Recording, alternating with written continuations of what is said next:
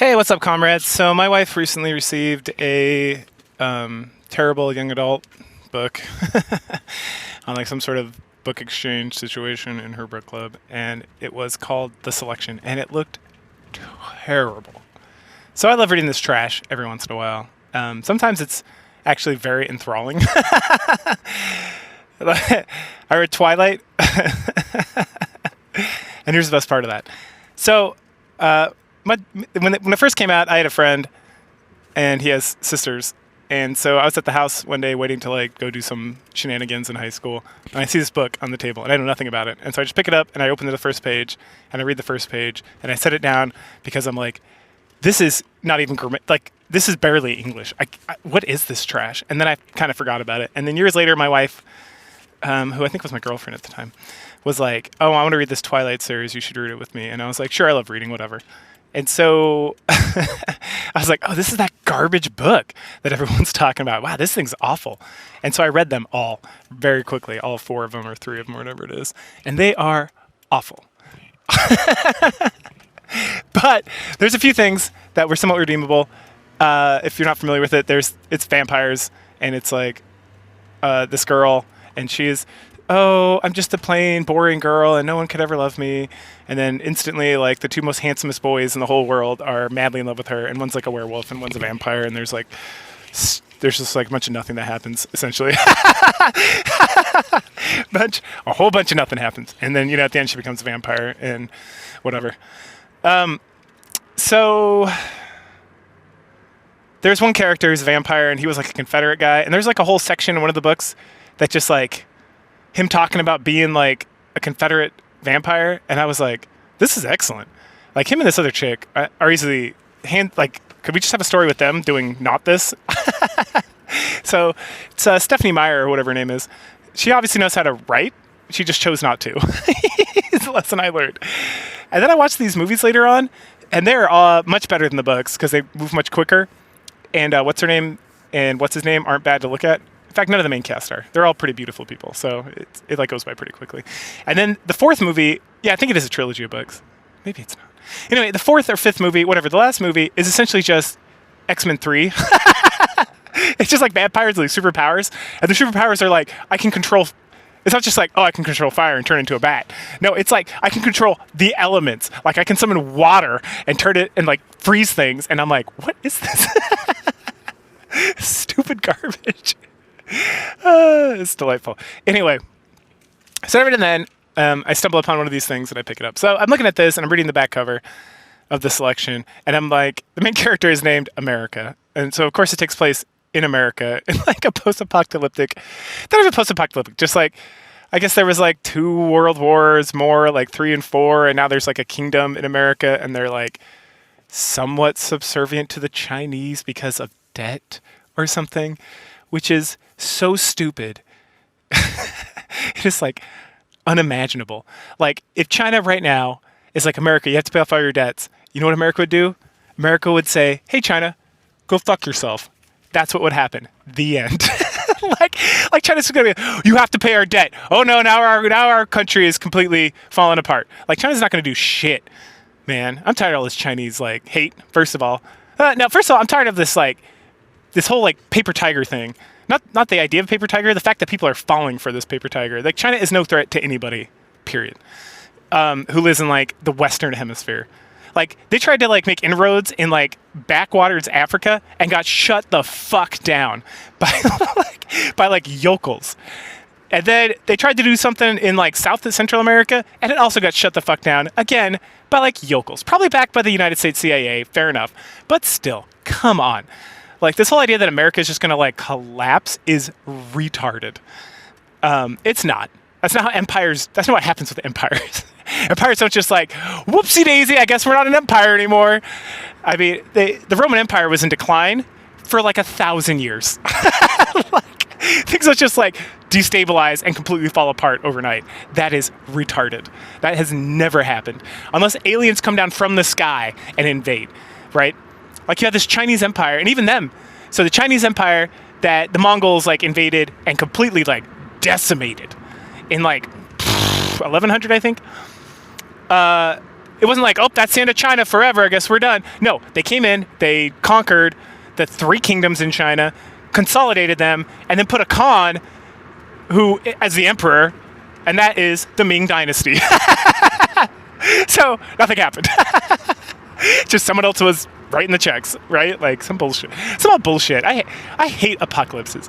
They are so retarded. Like it is so, like, I can read a story about a unicorn, a boy turning into a unicorn, to fighting a boy that turns into a dragon, and some Mary Sue using a lightsaber, jumping through time and space, and traveling at 10,000 times the speed of light. And that's more realistic than these fucking post-apocalyptic stories, which are terrible. And it's always a stupid backdrop. It's like, what? Why are you so boring? Just make this a fantasy world and have something else going on. Anyway, so it's like the future and stuff. And the other thing that is terrible, and I've only read the first book. I have them all on book on tape. I haven't decided if I'm going to read them all. I might, because it's not poorly written, and I don't really have anything else I'm really interested in reading right now that's not like philosophy or psychology related. Anyway, so they have a caste system. Of course, they have a fucking caste system. Thank you, Divergent, and Hunger Games, and all your other shitty pieces of shit garbage. This is really just like amalgamation. I mean, this has nothing to do with Twilight, for real, besides like the love triangle, which is like a common trope throughout all time. I'm not worried about that. So it's got the post-apocalyptic bullshit. It's like the Hunger Games, and this caste system like the Hunger Games, but it's The Bachelor instead. And if you don't know what The Bachelor is, just stop a random woman on the street and ask her what The Bachelor is, and you'll get an earful. It's such like a dating game, reality TV show. My wife loves it. I've watched it on occasion. It's all right. I like it because it's like how humans really behave, and this book is not how humans really behave. So it's a little unfortunate because it's kind of ridiculous.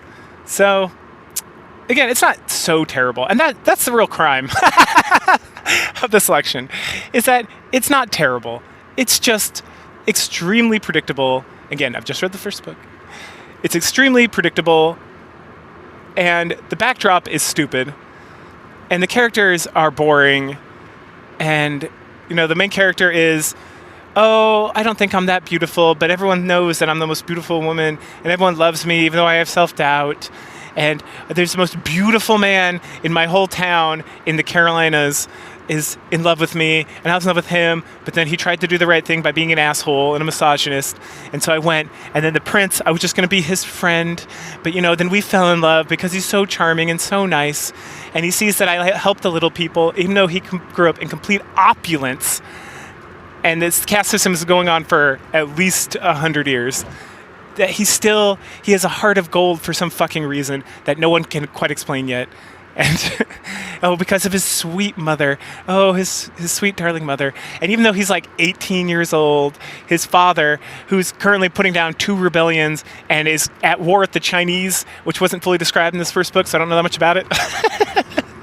He's giving his 18-year-old son like all this power to do whatever he wants when it comes to putting rebellions down. And then he doesn't understand why they don't take him more seriously, because he obviously is going to make the right decision 100% of the time. So it's that kind of book where it's like, oh, the main characters are so perfect and they always make the right decisions and they're so wise for their youth. And by the way, this book was given to my wife, and the woman who gave it to her said, I love this book series. It is my favorite. I read it every year. She's 40 years old. Grow the fuck up. All right, so the selection. So we start off with America Singer. Oh, I guess I should explain. So the caste system, I thought they said there were 9 levels, but it seems like there's only 8, because I must have just misheard the 9. So the 8 are homeless vagabonds. The 7s, I don't remember. The 6s are like grunt workers and like cleaners and stuff. Yeah, I really don't remember what the 7 are. They're probably just like lower caste than the 6, but do roughly the same thing. Then the 5s are like the artisans, which doesn't make any sense, because then the farmers are 4. And I'm like, what's the difference between cleaning someone's house and being a farmer? Like, why would that be different? I don't know. I guess it kind of makes sense. I don't know. Then 3 is like the mercantile class. And then 2 is like the military class / nobles. And then 1 is like the cream of the crop. It's like the king and his family. And I don't think anyone else. So there you go. So America, whose last name is Singer, obviously, because she sings. God damn. is in the fifth cast. And then every time there's like a new prince for however long this has been going on, at least 2 cycles, because the king got his wife and she was like a 4 and now she's a 1.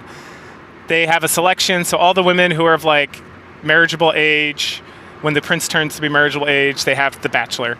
And so everyone submits like a profile, and then they pick like the top 32, and then he whittles it down to the top 10, which becomes the elite, and then he chooses one of them. And just being picked at the very beginning, it raises your cast to at least like a 4 or 3, so she's automatically already. It was confusing in the book because it seemed like someone at one point was like, "Oh, if you make it into the elite, you will automatically be a 3."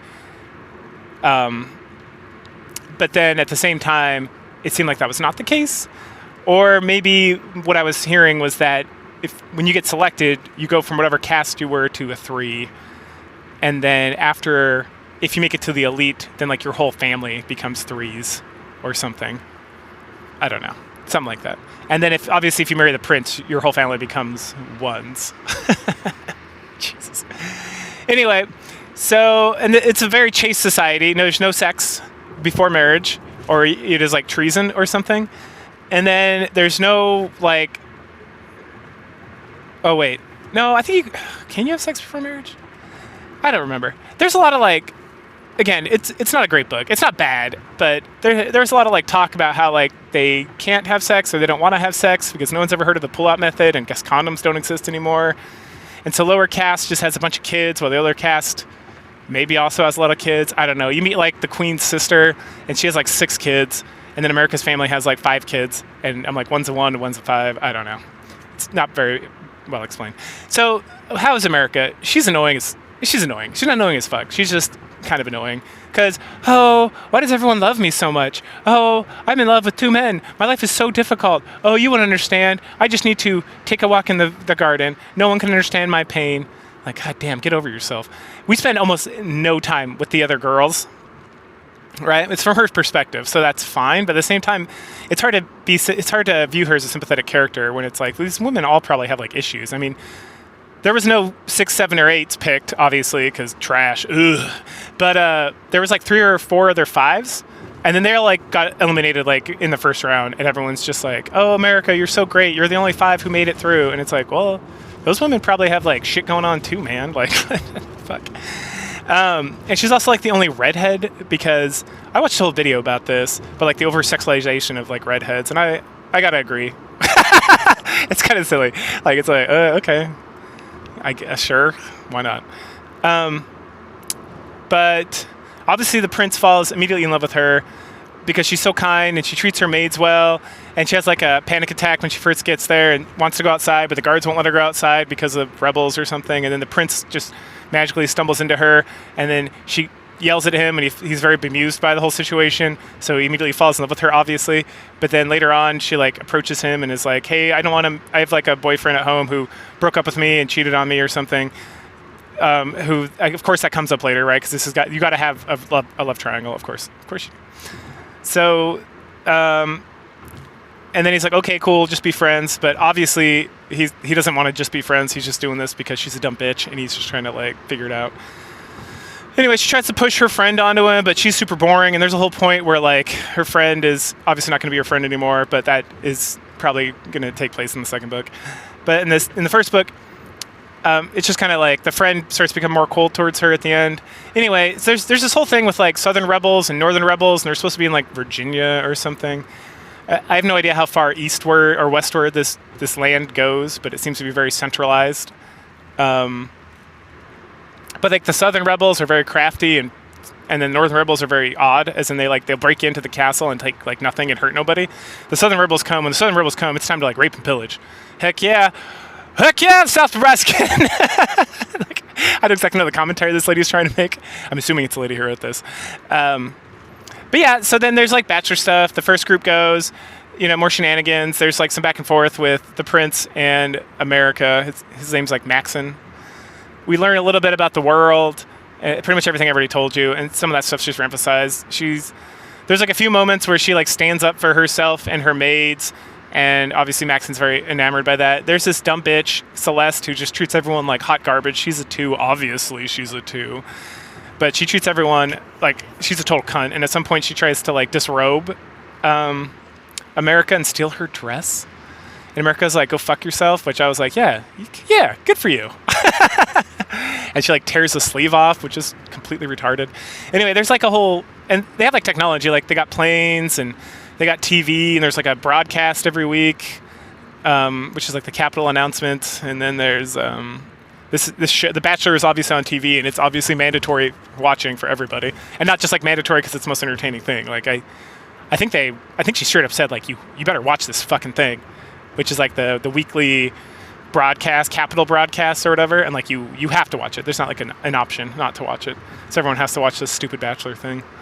Oh yeah, and America's got like a little sister and little brother, and then she's got an older sister who's married, and then older brother who became very like famous as an artist and like moved up, but he like abandoned his family, which is like something she talks about with the prince at some point. You also find out that the queen is really looking forward to having like a daughter because she had like 6 miscarriages or something, because like her drunk sister like tells America this for no reason. And then like I said, there's a couple times when they have to lock themselves up because of like invasions, and then after like the second invasion from the rebels, the prince becomes very distraught, and some people are like, "I want to go home," so he's like, "Yeah, go home, you're fine." And then he has like 12 or 20 people left, and he's like, "You know what? I'm not going to waste any more of your time, and I don't want to endanger everybody because it's getting kind of dangerous around here. So we're going to cut to the chase, and instead of spending like another month or 2 dating, we're going to break it down to just the elite. And the elite's just going to be 6 women, dun, dun, dun, instead of 10. And so, of course, America is one of them, you dumb assholes. Why would she not be? She can't like leave and then come back or anything exciting like that. No, of course she's one of them. And then her friend is Marley or whatever, and then the cunt is there as well. And there's a point when like America is like yelling at him. Oh, at some point, Jasper, I think his name is. No, it's even dumber than that. It's like Aspen. Oh my God, what a fucking stupid name. So Aspen shows up, and he got drafted, so now he's in the military, and he got appointed to like be guard duty. And so they make out a couple times, and then she feels bad because that's like treasonous, and they could both be beheaded. And she kind of likes Maxon at this point, because of course she does. And then so she decides like, no, I'm gonna try my thing with Maxon, and I'm not gonna let you. And he's like, oh yeah, I'm not gonna rape you or nothing, but I'm gonna win you back over because that's what I do. And it's like, man, you suck, Aspen, and your name is awful. And we all obviously know she's gonna go with the prince, you dumb motherfucker. Like, go find someone else. Anyway, I'm sure it works out for him just fine because that's the kind of book series this is. So that's kind of where we wrap up with this whole situation. And Maxon essentially says the only girl he likes is her. Obviously, it's the first book out of, I don't know, 3 at least. I think there's 5. Jesus Christ. So the other women he chose to stick around were like, because, you know, politicians are telling this dumb fuck 18-year-old how to live his life. I know how to live my life, Dad. I'm 18 years old. All right, Maxon, let's calm it down a little bit. I know your dad gives you a lot of pretend responsibility, but he's just trying to help you grow the fuck up, and you're acting like a real child. Anyway, all right, that's the selection. Book 1 of the selection.